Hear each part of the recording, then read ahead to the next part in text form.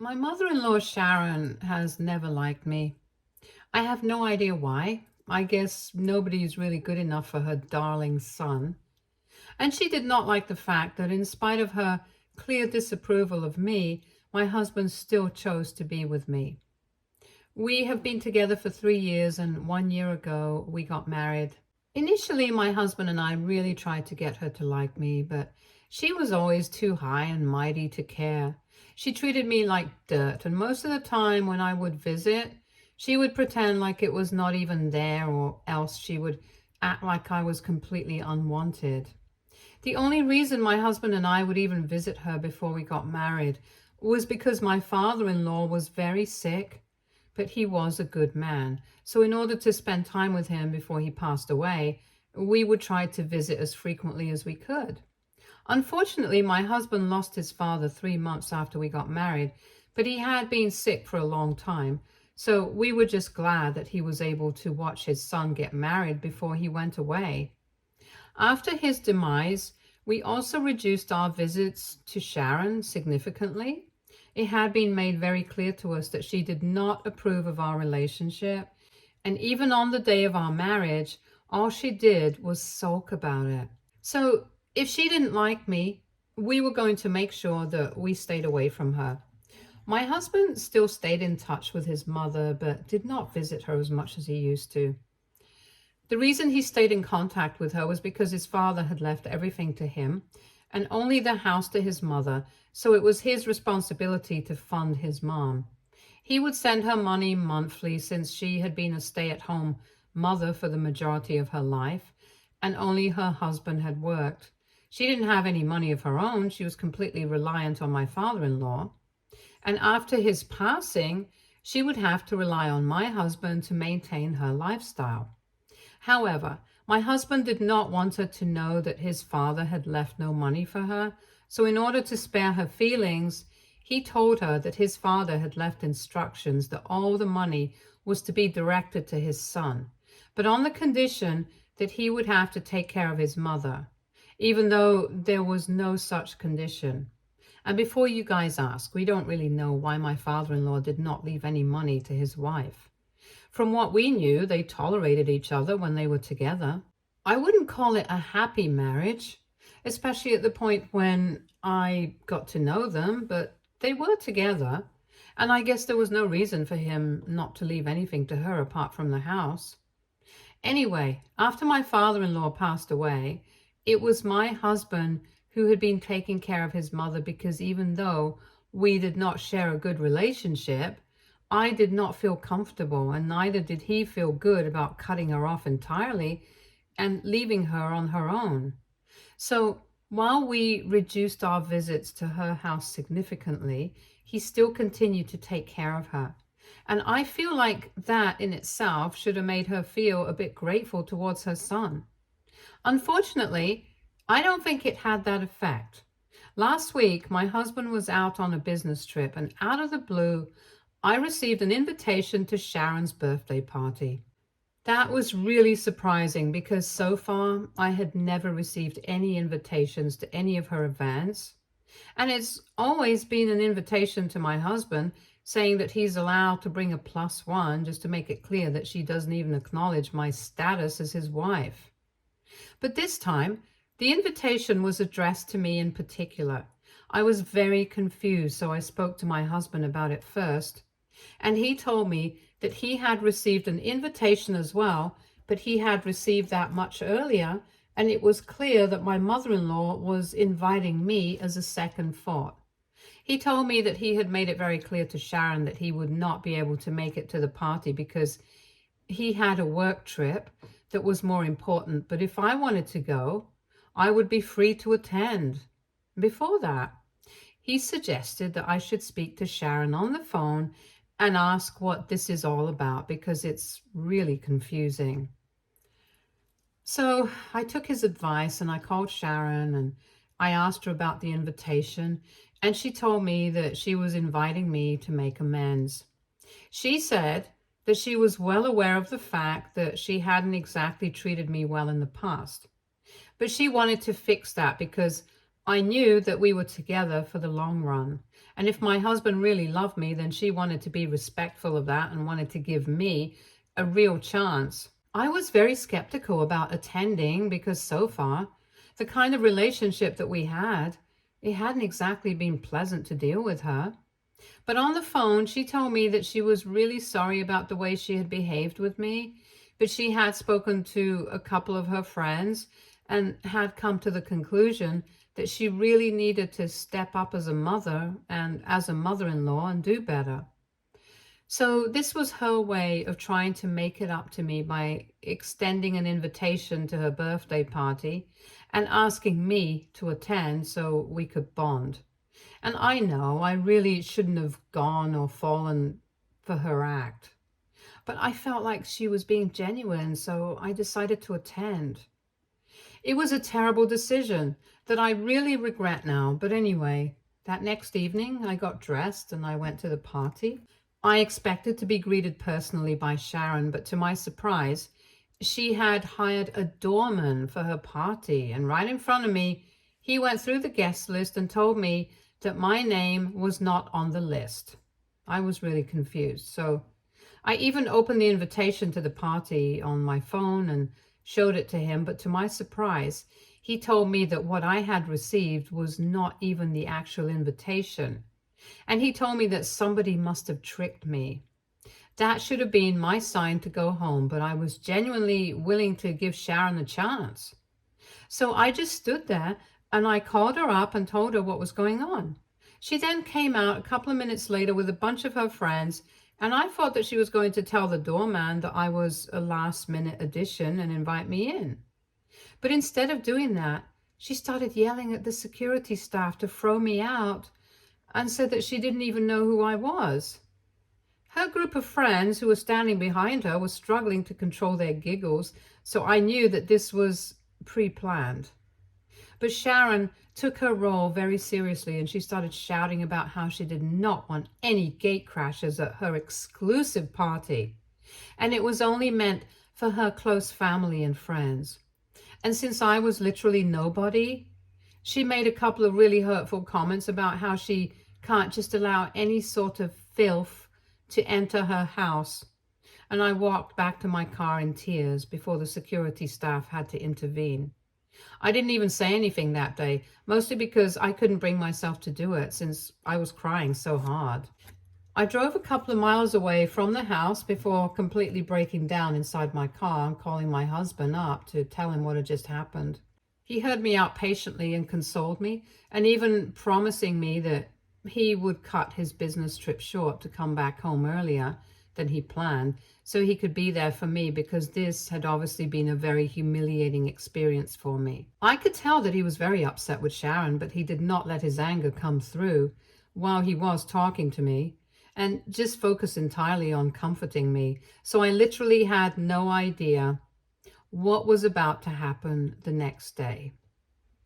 Anyway, I came back home that day and I blocked Sharon everywhere that I could possibly think of and promised myself that I would never, ever speak to her again or even give her a chance to speak to me. The first thing that I did the next day, I spoke to my husband on the phone, and he told me that he was coming back the day after. But while I was on the phone, somebody showed up outside my door and they were shrieking their head off. And when I went to check, I was really not surprised to find Sharon out there, because I had expected her to show up at some point, but I did not know what she was screaming about until I heard her out. And I realized that she was telling me that she was going to take us both to court and make sure that we paid up. I had no idea what she was talking about. But luckily, my husband was on the phone, and when I asked him, he told me that the night before, he had sent a message to her, and in the message he had sent to my mother, he had said that he was going to cut off her funds now, because if she couldn't respect him or his wife, she had no business taking money from us.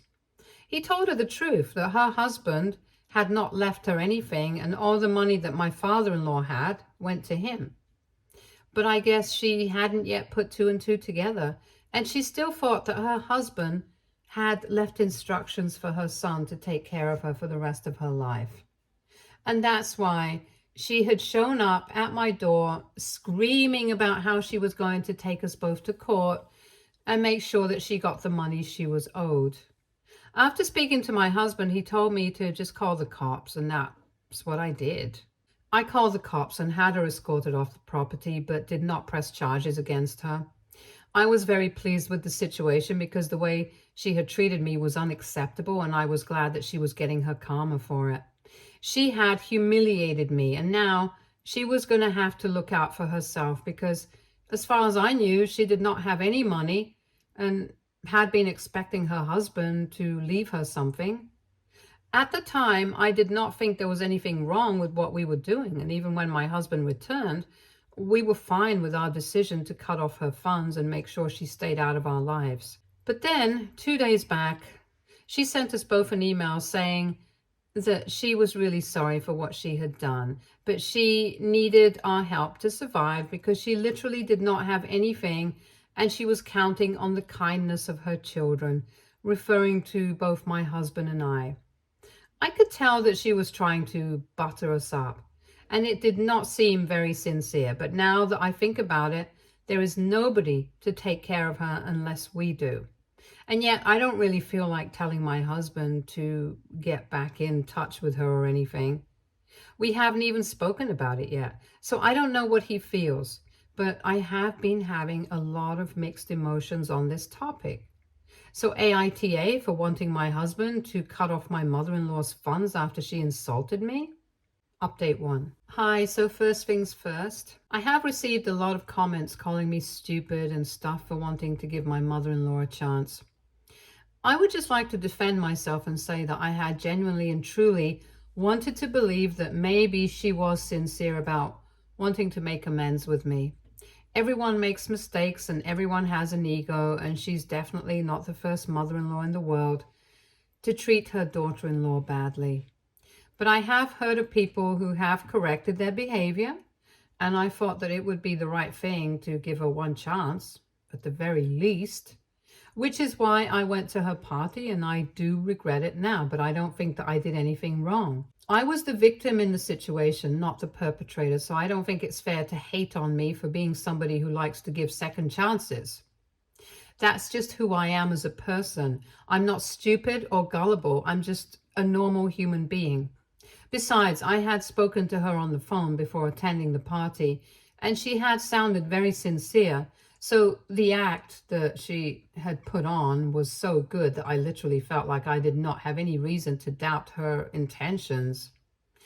I feel like we have to give her some credit as well, since she manipulated me quite well. My attending her party and wanting to give her a second chance shows the kind of person that I am, and her taking advantage of my decision and humiliating me shows the kind of person that she is. That's the end of it. Anyway, I don't want to talk more about that. I just wanted to defend myself before more people started sending me hate. I have discussed it with my husband, and while both of us regret whatever happened at the party, we are just glad that it brought out her true colors, and we know what kind of a person that she is now. Not that there was any doubt about it earlier, she was still terrible, but now it's just more obvious. And we also spoke about the email that she had sent both of us and realized that both of us had been feeling equally guilty after it. But after talking it through, we realized that the only reason she was reaching out to us was not because she was sorry, but because she needed money to maintain the kind of lifestyle that she had so far. So she could pretend that we were her children, all that she wanted. But the truth of the situation was that she did not have anyone else to count on, and we were basically just her meal ticket. We pretty much stopped feeling guilty after we realized that even though she did not have any money that had been left to her by my father-in-law, she definitely had some money. We spoke to the lawyer who had been the executor of her father-in-law's will.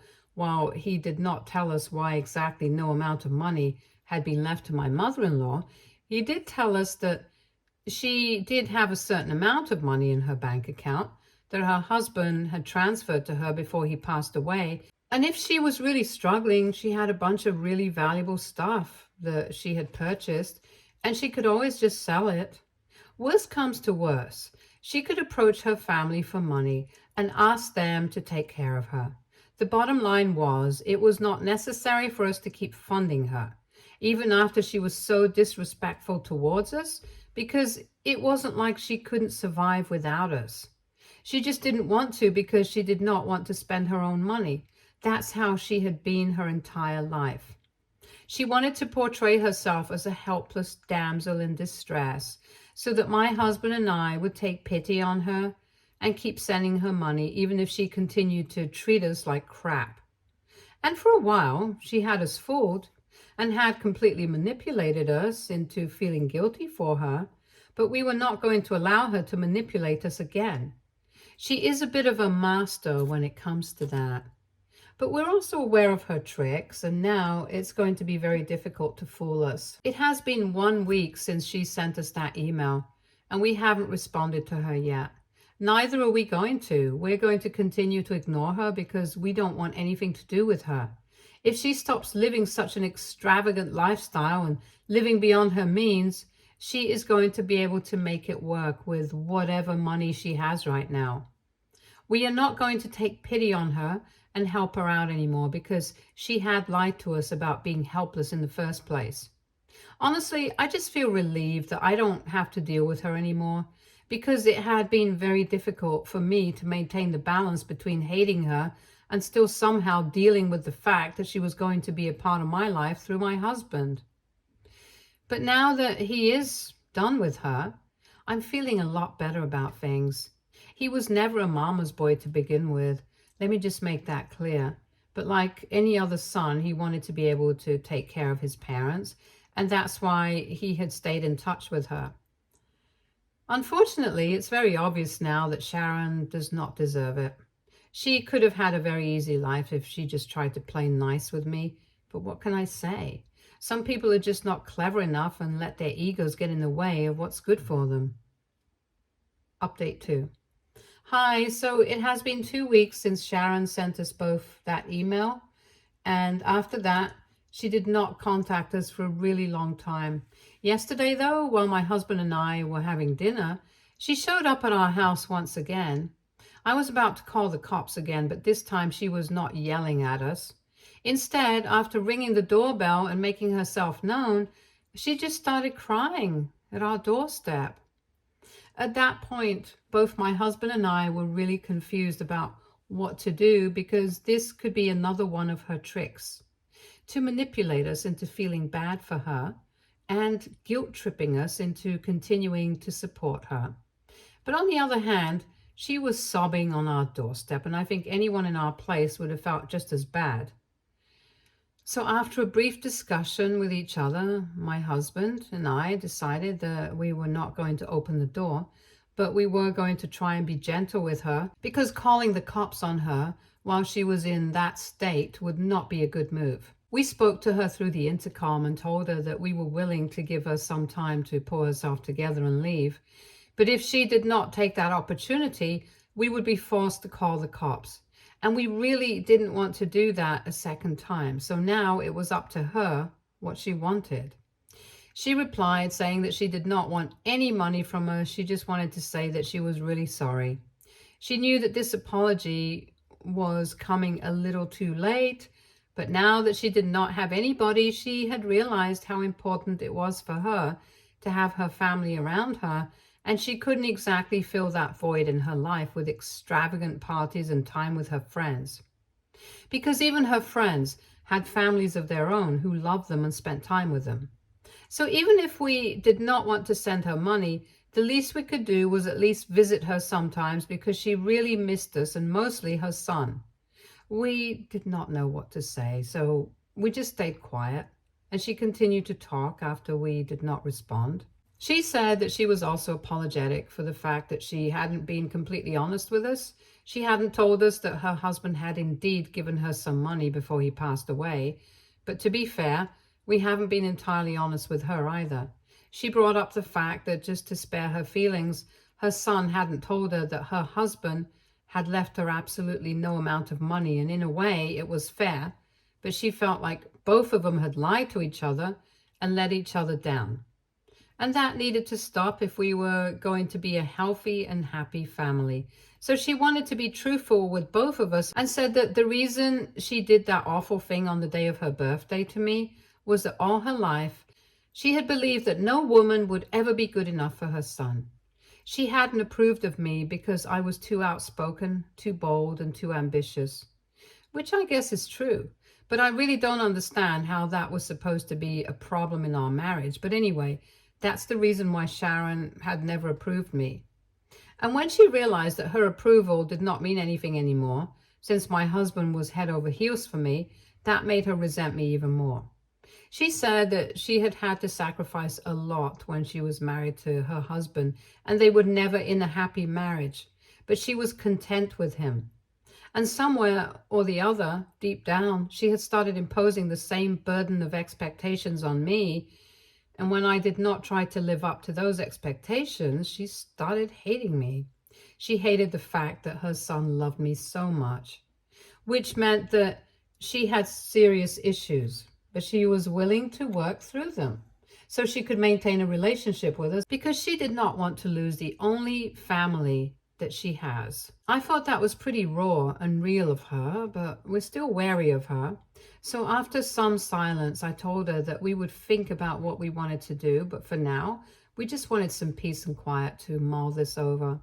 After that, she left, and before leaving, she apologized to us for one last time. Right now, both my husband and I are very confused and have no idea what to do. So we're here. Any sort of advice on what to do will be really appreciated because we are completely lost. We really don't want to get manipulated into anything again, but we also don't want to be heartless. Honestly, neither of us has any clue what to believe anymore. And I guess out of all the things that she said, she was definitely right about the fact that my husband's family had to stop lying to each other and keeping secrets. Update 3. It's very ironic that in my last update, I had said that my husband's family needed to stop keeping secrets from each other. And in this update, I'm still going to be standing by that statement because what we have uncovered is so serious.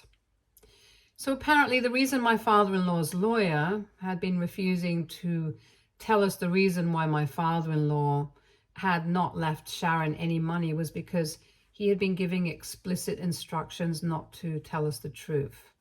However, that was not really official or formal. It had just come from my father-in-law as a friend. So since there was no binding document, he was free to tell us the truth. And since we kept pestering him, he was forced to. I don't know why. I just had a gut feeling that getting to know the truth about this situation would unravel a lot of things, and I was right. Apparently, the money that Sharon supposedly had was not something that her husband had left her, but it was her affair partner. She had been having an affair with one of her friends from college, who used to be smitten with her back then and still was. Sharon had never spoken about it while the guy she was having an affair with was still alive, but 3 years ago, around the time that my husband and I had started dating, she lost him to a heart attack. He did not have any family of his own, so he had left everything to her, and my father-in-law found out about it much later when Sharon finally told him the truth a couple of months before he passed away. At that point in time, there was not much that he could do, and he knew that he was dying, so filing for a divorce would be pointless. So he decided the only way he could get back at her for this was not to leave anything to her apart from the house, and leave all his assets to his son instead. He left the house to her on purpose so that she wouldn't suspect anything and wouldn't try to contest the will after he was gone. And we also found out that whatever Sharon had said to us about having to sacrifice a lot while she was married to her husband, that had also been a load of BS. My father-in-law had given her the option to work after she got married and gave birth to my husband, but she was the one who said that she wanted to be a stay-at-home mom. The only thing she had sacrificed in her entire life was dignity, because throughout her life, she always got somebody else to carry her weight. Anyway, now that we know the truth, We also know that she was putting on an act that day that she came to our house to tell us that she really missed us. I'm glad that we did not bother to reach out to her after that, because that would mean that we got manipulated once again, and we would feel pretty stupid if that happened. She's a liar, a cheater, and an overall terrible human being. And the farther we stay from her, the better it is for us. Update 4. Hi, so Sharon tried to contact us again, even though it had been 1 month since we last spoke. I guess it has something to do with the fact that I recently announced my pregnancy on social media, but she pretended not to know about it in her email. She said that she was really looking forward to hearing from us because she thought that it had been long enough since we last spoke, and by now we should have been able to come to a decision about what we wanted for the future. And she was right. It didn't really take us long to come to a decision about what we wanted, and what we wanted was for her to stay away. So we sent her a message telling her that we knew everything about her affair and stuff, and we did not want anything to do with her anymore. We told her that if she was all on her own right now, it was because she deserved it. She had never valued anybody in her life, and the only person that she genuinely cared about was herself. So she should be grateful that right now she gets to spend time with the only person she loves, herself. If she runs short on money, she can always find another man to have an affair with and rely on him instead. But for now, her son is done with her. It was a really harsh message, but it had to be said because she has bothered us enough, and now that we're embarking on a new chapter of our life, we need our peace. And we need her to stay the heck away from us. I'm pretty sure that this message is not going to deter her, and she's definitely going to try again in a couple of months when I'm in the later stages of my pregnancy. But my husband and I have already spoken about that possibility and decided that if she bothers us anymore, we are going to just file a restraining order against her and hope for the best. We're also planning on moving out of this house into a new one, and we're going to make sure that nobody gives out the address to her, because with a baby on the way, we need a bigger space. Anyway, I'm just looking forward to being a mother, and I can't wait to start afresh. Stay tuned for more stories from our girl relationships.